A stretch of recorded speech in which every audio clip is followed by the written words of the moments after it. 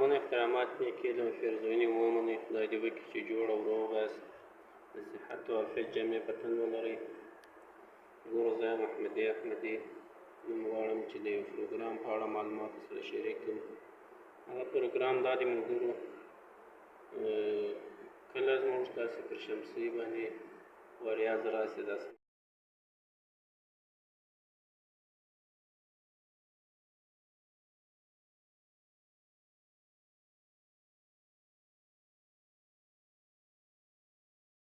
اسمان د خلاصه وریځ راسي. هغه وریځ زموږ ته شمسۍ باندې راسي اټومیټیک یا اتومات، موږ تاسې انویټر یا مولد خاموشه ګل کې دا د ګور ویني 15000 برق دلته پر صفحه باندې پر راړی. کله چې ګور رن بټن ووهئ 0 کې هلته تر 900 پورې برق ورسوي یا تر 600 بیرته برق کم کې. اوس ګوره U1 پارټ راړی، دا یو پارټ نه ده، هغه اوس راړی، هغه یې دا در راواړول. ګوره PRG بټن نو یا مرغۍ ورسره تېرېږي، چوغک ورسره تېرېږي، کوتره ورسره تېره سي، اټومیټیک دا بنده سي، اتومات بنده سي، یا موږ تاسې په ټوکر واچوو یا یو سایه ورباندې وسي، نو دا انویټ بندېږي. نو دغه انویټ د بندېدو لپاره نن ویډیو درسره شریکوم، تاسې دا ورسره وکړئ. یا کله کله تاسې ځینې لرې یاست، د انویټ څخه مو لرې یاست، په کښت کرونده کې په کار اخته یاست او هغه کار کله به ورباندې وریاد سي یا کله یو حیوان ورسره تېرېږي، هغه انویټ مې ګل سوی وي، خاموشه سوی وي، تاسې دا فکر وي چې مولد مو چالان دی، روشن دی او هغه بند سوی وي. نو د دغه په اړه معلومات سره شریکوم. پروګرام وګورئ، ویډیو وګورئ، ویډیو د پای وګورئ. په یو هیله آرزو لرم که چیرې تاسې زموږ سره په چینل کې نوي یاست، زموږ چینل حتما سره سبسکرایب یې کړئ، لایک یې کړئ، کمنټ یې کړئ، ځکه چې موږ ته معلومات وسي چې څومره مینوال موږ لرو او څومره خلک د دې څخه کار اخلي. نو هغه پروګرام ګورو، ځو هغه پروګرام ته.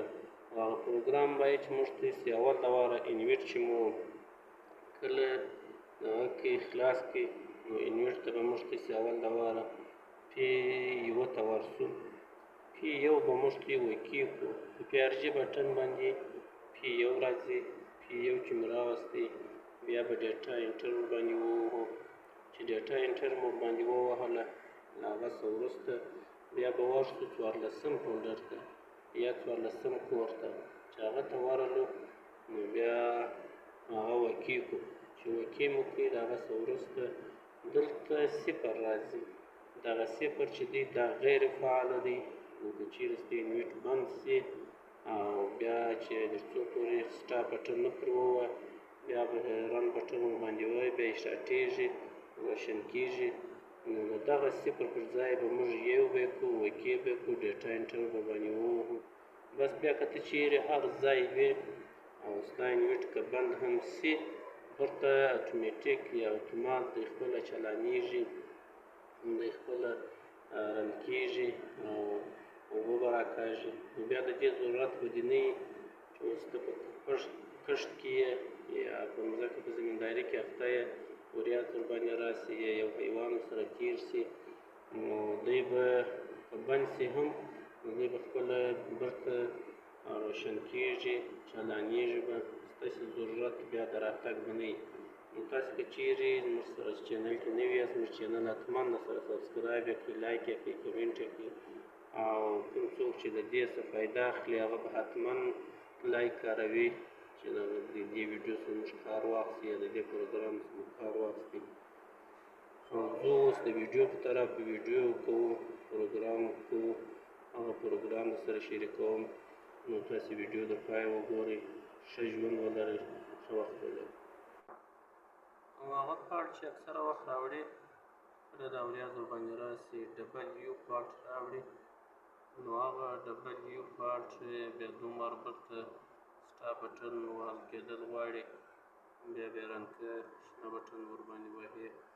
نو د هغه د اسانۍ لپاره دا پروګرام ستاسې سره شریکوو، ورباندې وساسئ. دا یې P1 انټر کو، دا یې P14 چې 14 دا به انټر کې دا صفر پر یو باندې ولاړ دی.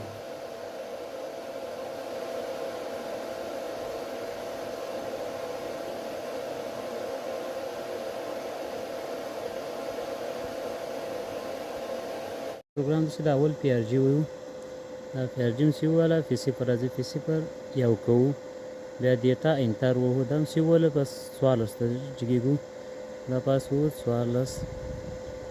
14 وو دا دیتا انټر وو دا چې وو صفر ده یو کوو یې بس پروګرام نه وځو.